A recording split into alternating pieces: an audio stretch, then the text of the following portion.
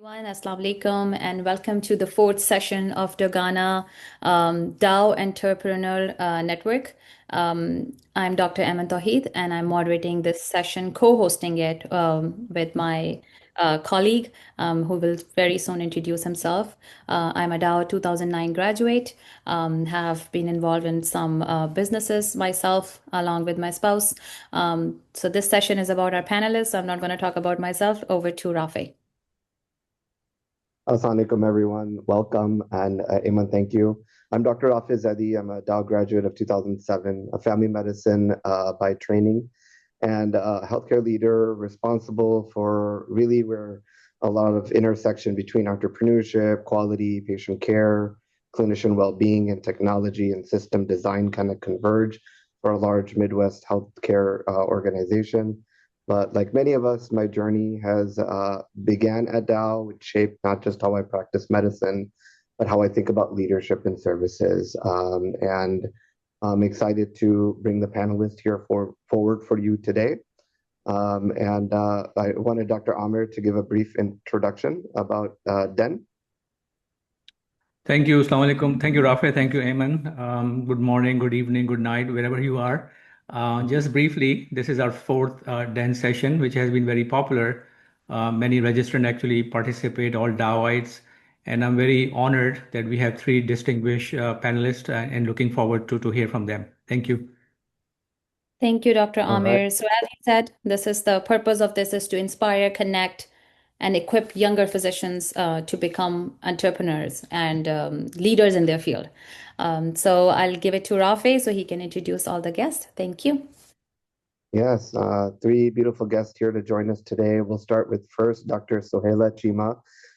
Dr. Chima began her journey at Dow Medical College in Karachi and went on to train in public health at Johns Hopkins, with further work in integrative and lifestyle medicine in the United States. Today, she serves as the Assistant Dean at the Weill Cornell Medicine in Qatar, helping design and lead population health programs that span countries, cultures, and communities.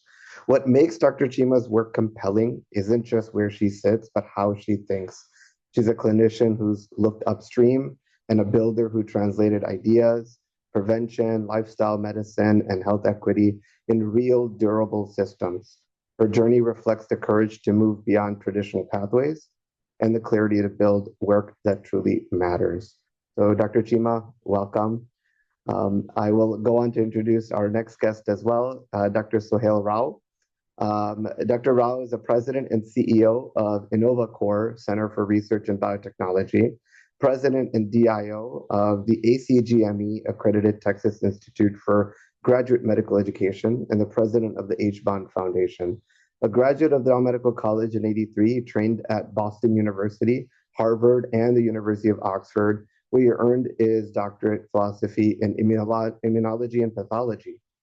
Over his career, he has held a significant number of senior leadership roles across major academic and health systems in the United States and internationally, including the UPMC, Ochsner Health, Christus Health, DHR Health, Dow University, and Indus Hospital and Health Network. Internationally recognized for its work in transplantation immunology and for building clinical research and graduate medical education infrastructure. Dr. Rao's journey reflects the transition many of our network aspire to, from clinical excellence to institution building leadership. We're honored to have Dr. Rao with us today. Our third panelist today and our guest speaker is Dr. Ahmed Haroon. Dr. Haroon represents entrepreneurship, not as speed or scale, but as a revival. He did not simply build a label, he built a house, a creative institution grounded in discipline, heritage, and authorship. His work stands in quiet resistance to disposability, trend chasing, and the erosion of craft. Trained in medicine and shaped by hospital and pharmaceutical environments, he made a decisive leap, bringing precision and systems thinking into couture. Over more than 2 decades, his house has become synonymous with bespoke bridal design and South Asian heritage and enduring client relationships. He joins us today not as a designer, but as a builder of institutions, a house offering lessons in permanence, trust, passion, long-term thinking, and that speak directly to the entrepreneurial mindset that we aim to cultivate. So once again, our three esteemed panelists here, thank you and welcome. Thank you. Welcome. We will dive right into the questions. You guys in the hot seat now, right? So we will start with Dr. Sohela Chima. So you've led programs and systems where the science was clear, but the institution, the culture, and moment wasn't always ready for that kind of change you were perhaps advocating for. When vision runs ahead of an organizational appetite, resources become tight, resistance becomes real. So how did your Dow-shaped grit, your public health mindset, and your lived experience across three continents help you navigate the business realities and overcome the hardest challenges that still build work that mattered to you? Great. Firstly, I would like to thank Dr. Amir Ehsan, for inviting me to be part of this panel. I'm really excited to be here with Dr. Sohail Rao and Dr. Ahmad Haroon, and of course our hosts, Dr. Tawheed and Dr. Zaidi. So thank you very much, and thank you, Dr. Zaidi, for that very kind introduction. So I'll go ahead and try and answer, the question.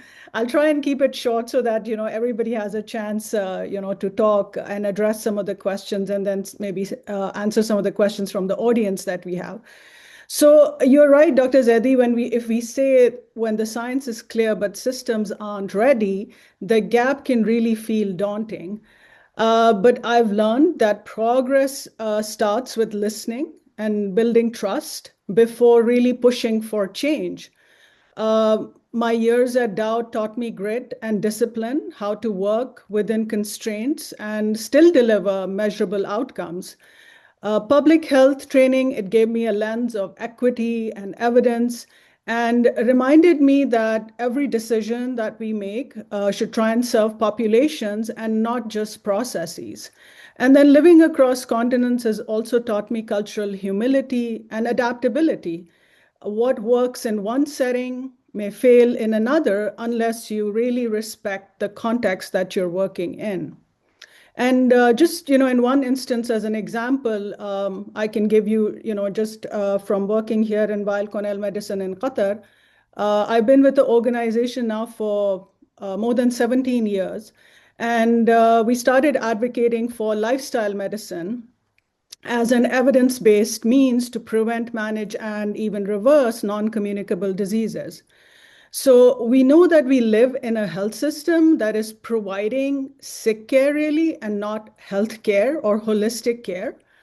We piloted a certificate course in 2019. So this was, maybe 6-7 years back.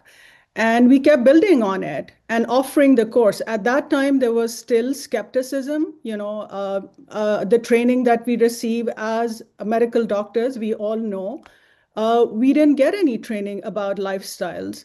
And again, we know that the root causes of non-communicable disease is lifestyle, right? What are we eating? Are we moving enough? Stress management, and so on.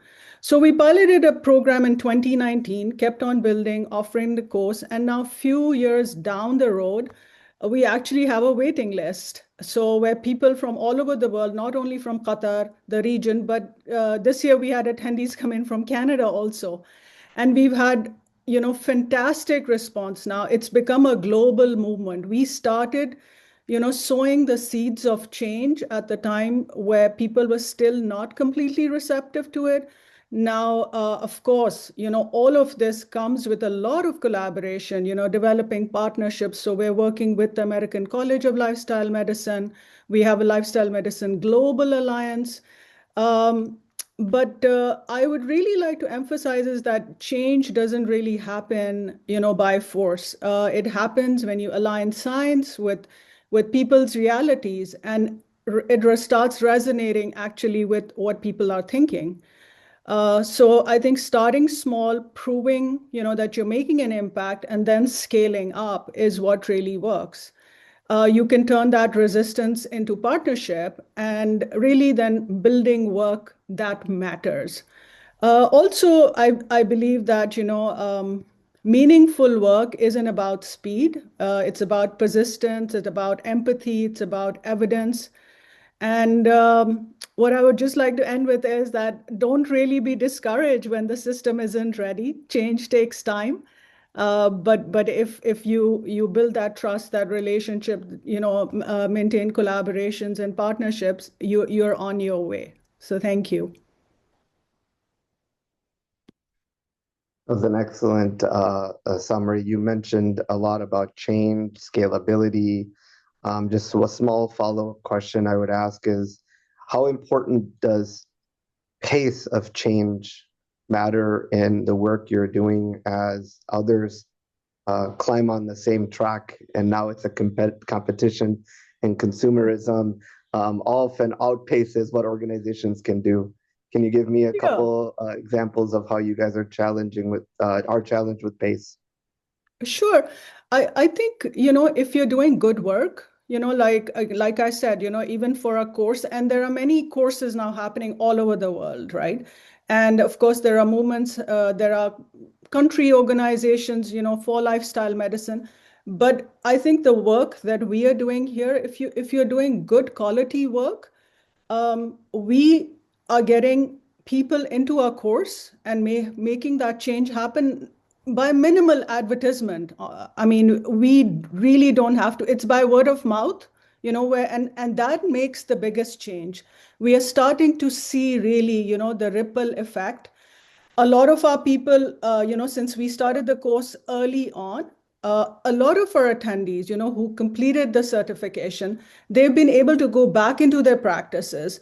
And we, of course, keep having symposia and conferences also. And again, this year, we actually just invited all our people who had attended our course, and they've been able, so they basically showed how they were able to implement lifestyle medicine into their practice, right? And how are they providing then value-based care?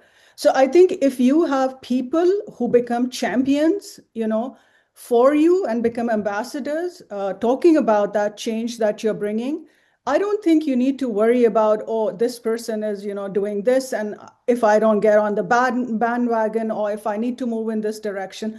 I think again, I am in academia, so we have a very clear path of, we're a not for profit business.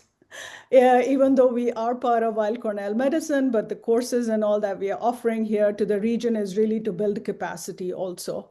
So for us, the end game is not only about the dollar amount that I'm earning from the courses. Excellent. Generating impact. And this segues beautifully into impact that Dr. Rao has a great amount of experience with. And you described, Dr. Rao, again, welcome, and your philosophy of constructive disruption really attracted me. So I want to pose the question of, in the business world, disruption obviously sounds super exciting. But the reality is always far more demanding. And so, from your experience, what is the real business challenge behind constructive disruption? And before a Dow entrepreneur can disrupt a system, what limitations in their own business thinking must they disrupt first? Yes, again, good morning, Assalamu alaikum, good evening, good night, wherever you are. Again, thank you, both you, Ayman, and also Rafe for moderating, and Dr. Amir Hassan for putting this concept together. And also my learned colleagues who are actually panelists here. So first of all, let me make sure that we are all on the same page as to what I mean by disruptive interruption. Or constructive disruption. So many people, when I talk to them, they think that this is a behavior and that this is an idea. In reality, this is a process. It's a system that you put in place in order to meet your goals. So it has to be purpose-driven. You need to know why you are doing this, which means that you need to understand what the pain point of that particular organization are. That's absolutely essential. What exactly is broken or suboptimal? The next is this must be evidence-based. it cannot be something that you actually put in place. It is intentional, it is strategic, at times it is painful, with the long-term goal to make sure that the outcome is actually better than where we started. It must be built on a testable intervention. It cannot be something that it is. Being bold doesn't mean that it has to be something that has not been tested. So it has to be a testable intervention. One of the key areas where what I have learned in all the organizations where I have done such a intervention is that you have to engage people early, particularly those people who will be directly impacted by that change. So they feel empowered and provide feedback. This is absolutely important. The next is build safeguards. There will be unintended consequences. Whenever you bring about a interruption, constructive interruption, there will be unintended consequences. And the last thing is that in every organization that we have done this, I have created a playbook, an institutional memory, so that people can go back and see exactly how it was done. The most important thing that I have not mentioned up until now is that the person who is actually implementing such a constructive disruption has to be a change agent, which means that that particular person has to be prepared for the responses that he will give, most of which are negative initially. And I'll give you a real world example of what has happened in one organization where we brought about a constructive change, where in town hall meetings, rotten tomatoes and eggs were thrown at me. My car tire was slashed.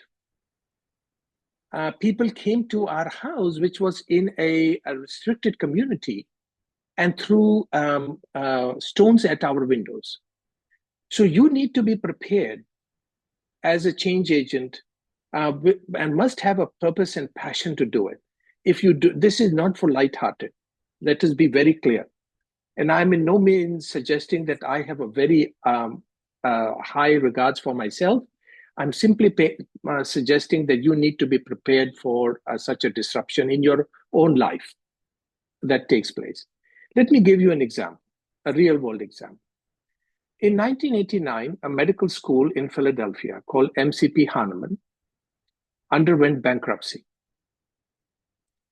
And it was 4 organizations came together, LCME, ACGME, AMA, and at that point, the government of Pennsylvania, the state government, came together and said, we need to save this. Why? It was the oldest women medical school in the United States. It was in a city which would have been the capital of the United States. And it has a historic significance beyond just being the first women medical school. It underwent bankruptcy and it was handed over to Drexel University, and it changed its name from MCP Hahnemann to Drexel College of Medicine. At that time, I was division chief at University of Pittsburgh Medical Center. I got a call that they would like for us, and we had done a lot of changes in our transplant program, huge changes, which actually was probably the catalyst for the call that we got from the state. Also, the fact that the governor was a patient of ours, and he got a heart and liver transplant at our institute, developed PTLD, and I treated him with immunotherapy, with cellular therapy. So we got a call that they would like us to actually look at bringing that particular institution back on its feet. So I was one of the 4 people who was recruited as the leadership team to revive the Drexel College of Medicine. Now, let me tell you, when I first stepped into the office of the dean, there was 800 students, 200 per year. There were 680 residents and fellows. They had 84 PhD students and over 200 master level students who were actually enrolled in various programs. And how many faculty did we have? One. Because most of the quality qualified faculty were picked up by Jefferson, by University of Pennsylvania, by other universities in the area, all the way up to Rutgers and UMDNJ. We had one faculty. And can you imagine that particular one faculty, why he was not picked up? Let me not even go into the details. So there is where the purpose was clear. The end game was clear. We had to come up with a strategy. We knew what we had to do. There are 800 medical students whose life depends on us. We did actually allow some of the residents to go and join other residency programs. But this is where the true change agent comes in. This is where the true constructive disruption comes in. We could not have done it with the same template and with the same process that a medical school that is fully functional is running. This required a different kind of an approach that would allow us to fast track some of the things that we had to do in order to restart the classes, put the labs back in order. And so I cannot tell you the travels that I had to do to beg people, quality people, to join Drexel College of Medicine. The amount of incentive we had to give for people to join the College of Medicine at that time. And not to speak of the hospital partner, which was a pain to deal with, which was the tenant health system. So I think that was a perfect example. And then obviously in 2021, LCME came for their site visit because we had to prepare for that site visit also because it was put on a probation. ACGME came for a site visit in 2012. So we had to prepare ourselves for all these site visits to make sure that we get the accreditation that has been put on hold or probation. So there is where a constructive disruption with the person who actually truly believes in change comes to play. Thank you. Very excellent examples. Definitely need thick skin there, not for the lighthearted, as you said. And, constructive disruption, and you connected to the first thing was purpose. And this is a great segue into our next panelist, Dr. Haroon, who is definitely driven by purpose, and turning art into a house takes far more than talent. It means facing financial realities, unpredictable cash flows, clients who test your boundaries. So, Dr. Haroon, looking back, which of those challenges shaped you the most? And how did they redefine the way you lead and sustain your brand today? And feel free to give us a little background about your couture, your house as well. Sure. Well, I'm really, thank you, Rafe. I'm really delighted to be among the panel of such eminent personalities. In fact, I don't know where I stand because I've heard so much about Dr. Rao's projects and Dr. Sohela's project. Well, let me brief you very briefly. I would say I've almost completed my 25th year and now onto my 26th year right now. I started this journey. I would say none of these challenges can be isolated into one. There are so many challenges that make starting a business challenging itself. Therefore, I would say I started this with 2 workers under my mother-in-law's tent. Yeah, she said, you're an artist, why don't you participate in doing it? I was initially working in the hospital setups and later was working for a pharmaceutical industry developing clinical studies. Later on, my mother-in-law said, why don't you participate and do something for me? I said, fine, okay, fine. So I started doing it, and it was initially a project with 2-3 people actually when I started doing it. Slowly and gradually, things starts working well. And now I have a big house. I would call, I mean, almost 300 plus workers working under this tent. And I personally never been able to keep a very close check on these materialistic areas and even these cash flows. But do I recommend this? In fact, no, I would not. Since I have a deep belief that hard work and honesty will give you very fruitful results. What you need to do, you have to be patient. You have to be very patient. I was not making extreme profits, but what I was gaining just was the respect from my family, my friends, my working colleagues, my clients especially, and was learning business ethics. And I would say that thinking about if I would recommend, suggest anybody that thinking about the cash flows and the monetary areas, you will lose the passion which made you enter into the group and into any other business, be it a business of what I'm doing right now, any other business like Dr. Sohail Rao and Dr. Sohaila and everybody. So I would say keep your passion with you. However, going back to the question of yours, I would say the clients can be very challenging too. But negotiation and building trust takes a long time. Takes a long time.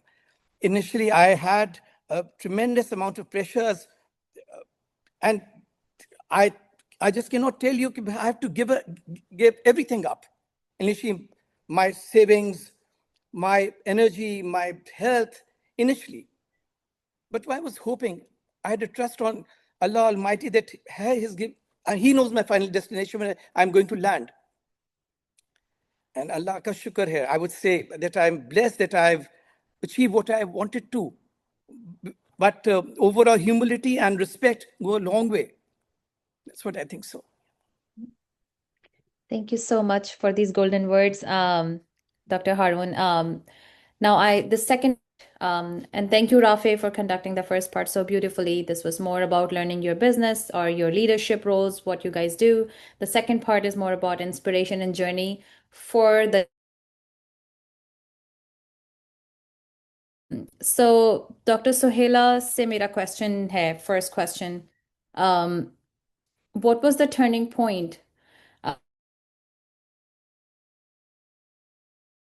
And if today a resident comes to you and ask you that I want to innovate in healthcare or I want to become a leader, what first step would you advise them? So it's two parts of the question. Sure. Thank you, Eamon, for that question. So, just starting off with the first question, like what was the turning point, which really pushed you from pure clinical practice into, I think, I don't think there's really one turning point that I can strongly relate to. But I think, there are things that happen in life. I shifted to Qatar. I was a trailing spouse at that time. And that's how I came into academia. And slowly and surely, I went up the ranks. But I think what you really just have to always remember is our ultimate goal, again, as physicians, we've trained as physicians, is to reduce suffering, heal humans, improve the quality of life for individuals. So impact has to be felt in some way or the other. And also that realization that if you become part of systems and policies and education, these can actually end up saving lives on a much larger scale. Of course, when we are doing clinical care, it's more individualized patient care. Sure, entering into leadership positions, it's not easy. You have to be open to learning new skills, stepping out of your comfort zone. Sometimes you'll face resistance. But you have to be open to the learning curve. But again, just to remember that every challenge, it taught me that leadership isn't only about titles. I know people love having titles, but it's also about, that courage to act when you see a bigger picture. So if you ever really, or if any of our younger, graduates, they really feel that pull towards something larger, than yourself, then listen to it, right? That's where transformation is going to begin. And that's what leadership really is, I feel, stepping forward when you see a bigger picture. So that's just a short answer I've given to you. But again, answering the second part of your question about if somebody asks you about what can I do to, I think the first step, innovate. I want to innovate in healthcare. So again, the thing is that you start by identifying a real problem, right? Not just chasing or saying, oh, this is a cool idea. Sure, so innovation really isn't about, technology or something. It's about solving something that truly will matter to patients, to providers, to systems. Spend time observing, listening and asking what is the pain point, what's broken. Once you understand, then deeply think about it, think about the situation. And the other thing is, don't try and do it all alone. Build a network, find mentors, learn the language of collaboration. So innovation, starts with empathy, and it will end in impact if you have a good product. If you keep that in mind, you'll create change that lasts. Don't be afraid to dream big. But remember that big change starts small, like Dr. Haroon alluded to. And I think we all will give you that same message. Nobody has, become what we are overnight. It's been many, many years of consistent work. Friends, it's better to that stay true to yourself and create them. Thank you. About patience, I think advice. somebody is like talking. Yep. Anyways, And everyone, but just yeah, thank you. yeah. Anyways, so just really, just to finish off, don't be afraid to dream big. Yes, listen, learn, lead with empathy, and that's how, inshallah, you'll be able to shape the future of healthcare. Thank you. Oh, wonderful. Thank you so much for such a beautifully explained answer. Before I move forward, I want to request everyone to please leave your questions in the Q&A section box in the bottom. I tried to leave this message in the chat, but I think I don't have the permission to do that. But please, आपके जो भी questions हैं, आप हमें Q&A में भेज दीजिए, and then we'll ask the panelists. And before I move to Dr. Rao, just one more thing, Dr. Sohela, jo I think being a woman myself, and I want to know कि एक लड़की या औरत होते हुए how difficult it is to overcome, in this leadership role, or just to achieve things, because it's perceived as I'm not, because we have a lot of gentlemen here. Nothing against you guys, but it's just I wanted to know, how did you navigate your path? Yeah. And I think, Eamon, that's an excellent question. It's a difficult question to answer. And of course, with deep respect to all the gentlemen here, I would like to say, of course, in my journey, मैं अगर कहूँ तो my spouse has really supported me. So I think that's very important to recognize. If we want to keep our marriages, because again, I sometimes tell people, I think I spend more time at Cornell in Qatar than at my home, right? Ek time pe, when I was also like studying, doing the master's in public health and all, my kids were young and I had to literally tell them that, okay, I have two boys, mashallah, they are grown up now, but like to literally say to them, okay, I may not be able to take you to so-and-so event but my friends then pitched in, like they would take them with their kids. So if you can find that help and support in any way, and you do need a lot of support. My boss is again, I really, really respect him a lot. Again, he's a guy, a male gentleman, but he has provided a lot of mentorship and support. So I think your mentor is also very, very important, in this process. So we need that support बहुत ही ज़रूरी है हमारे लिए। And I think again हमारी पाकिस्तानी कौम needs to really move on. Like, even if we want our women and girls to move on and do something with the education, I had a lot of struggles in the beginning also.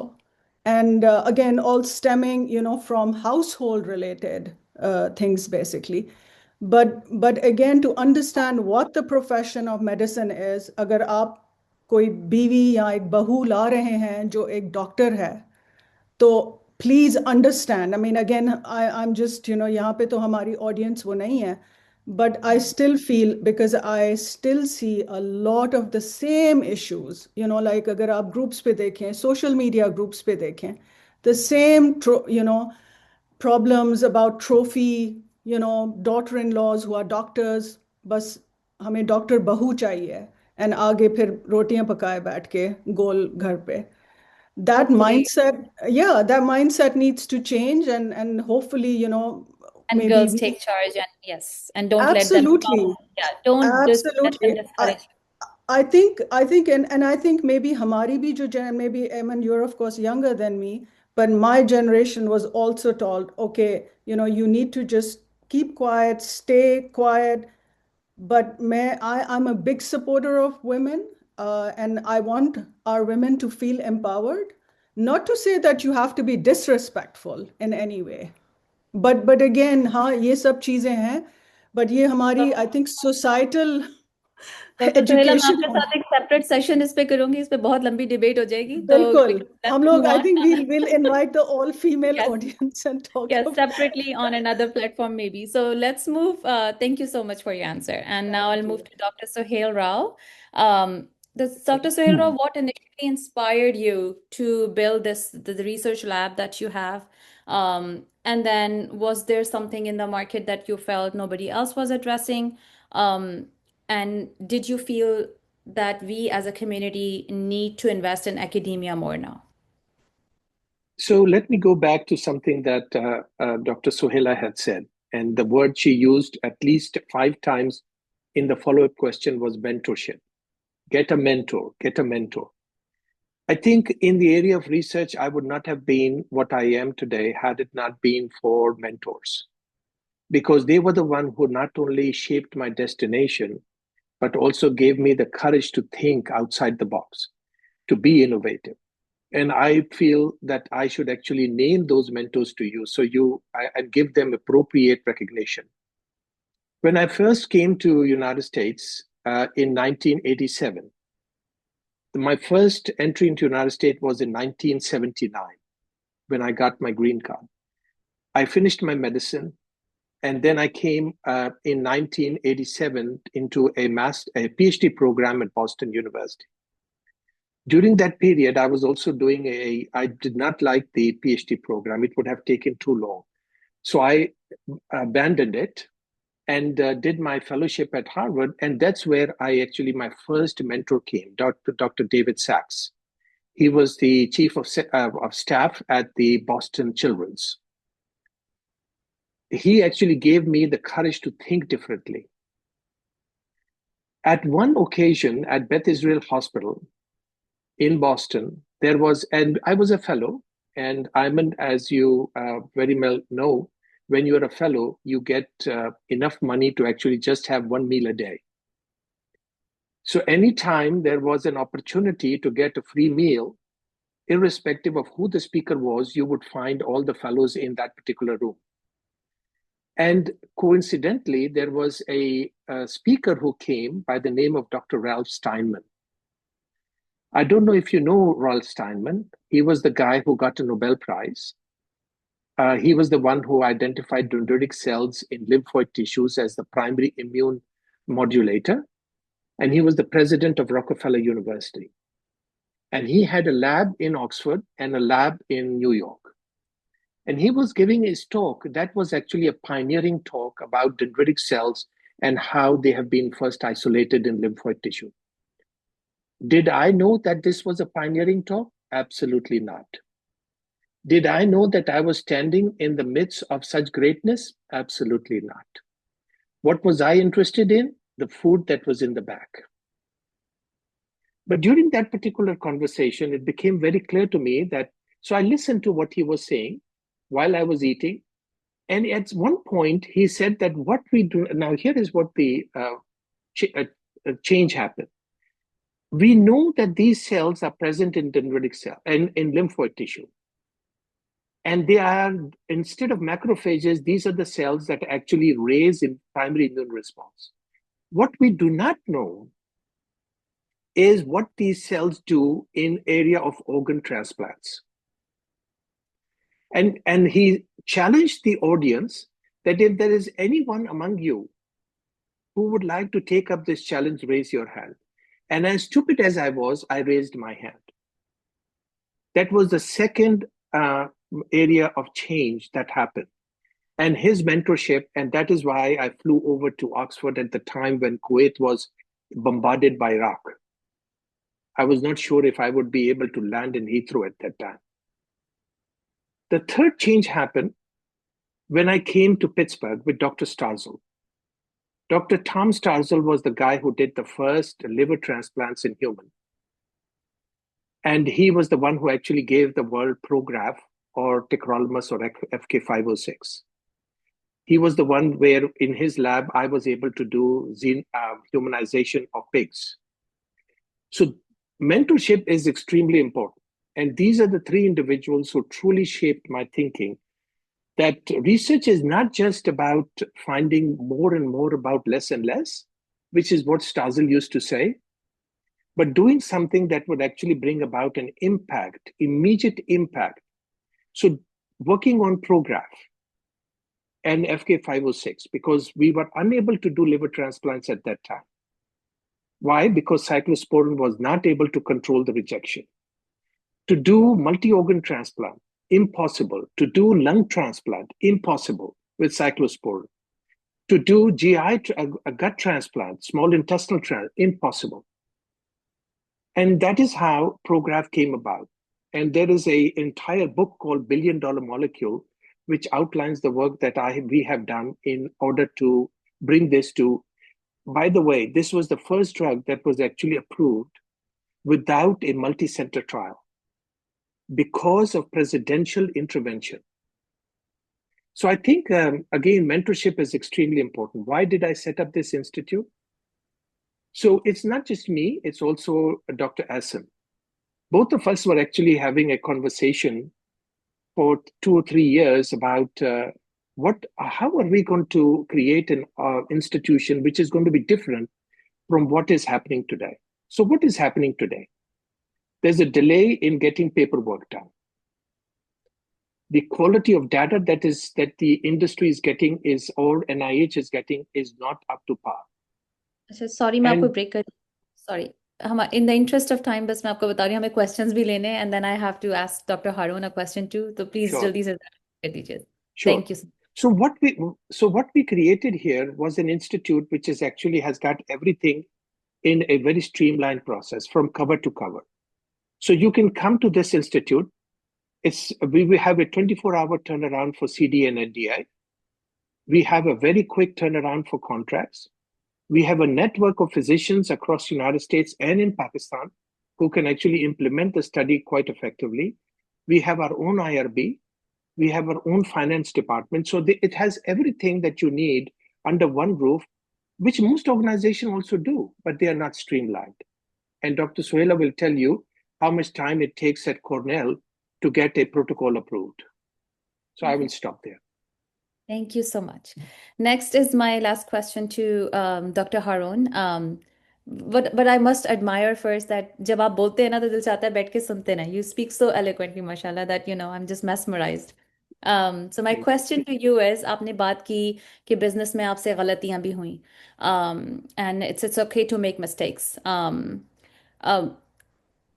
Can you tell us about one mistake that you made in your early leadership or entrepreneurial journey that you think that young physicians or any young entrepreneur should avoid? और जैसे नुकसान की आपने बात की कि आपको शुरू में काफ़ी नुकसान भी हुआ. Is there a limit to stop? Like मैं कितना invest करूं? There's a limit to my investment too. Should I stop if I'm not getting the return after a year, after 6 months? What do you say? Imran, thank you so much for this question. Let me tell you one thing. There was a moment of regret just for a flicker of a second when I was changing the profession from one profession to the other. But only regret that I would say that I would have jumped into this profession much earlier. Yeah, but everything has been a learning curve for me. So essentially, no regrets at all. Yes, one thing I would say that authenticity is required. Whatever you do, you should be authentic. You should be well versed what you're doing, and keep in mind that initially the business eats you, then you eat the business. People, there are not many, as I said earlier, that there are so many trends going on, right? Way to mint money and the way, and people may adopt according to those trends that are working in the markets. But as far as myself is concerned, I stick to what I've been there for years and years and years, to my traditional way. I don't want to deviate myself from my traditional norms because I've been born and brought up in a traditional family. So I want to keep myself, my identity, which should represent my work, my nature of my work. But I would say कि मुश्किल होता है नई generation से. I would say कि मेरे नुकसान जो हुए फाइनेंशियली अगर कोई बात करे, हाँ होते हैं नुकसान, but you have to bear the brunt of it. If you want to eat the fruit, you have to bear the brunt. Be patient, be generous, be authentic with your work, because this generation takes everything as a microwave dish. Putting a dish into microwave and they sizzles and they eat it. It's not such easy way to take it. They have to be patient. They have to be gentle. Though clients may bother you at times, financial constraints may come over, but if you have faith in Allah, then please move forward. Do not stick to what God has given you. God has chosen you. God has given you a path to be. Then stick to that. Follow that path. Thank Be you very so much. honest with your work. Sorry, मैं आपको interrupt कर रही हूँ. I really like listening to you, but at the same time, we are running on late on time. I need to take questions from the people. फिर वो उनको ये ना लगे कि we ignored the audience. So I'm going to give it to Rafe and he can ask the question. Thank you. Yes. Again, we could have another session on all of this, and maybe we're due to schedule one perhaps. But here are some questions. It ties in with what you were talking about identity. When young students are in their early phase, identity is a part of what they're trying to build and understand. Maybe they don't even have a sense of their identity at this point. So outside of that, what skills do you think students should start to develop now if they want to become these more self-sufficient, independent, free-thinking entrepreneurs? What advice would you have for them? I think anybody here can answer. This is an open forum. Who would like to take this question? Dr. Haroon. Yeah. Please follow your heart. Do not get pressurized with the audience and anybody else in your family even. If you want to have a passion for something, kindly move forward. Irrespective of everything that's going right, sideways, anywhere, please focus on your work, focus on your passion, focus on your dream. Excellent. I think Dr. Chima and Dr. Rao both had something to say. Yeah. Yes. I would just like to add what Dr. Haroon had said.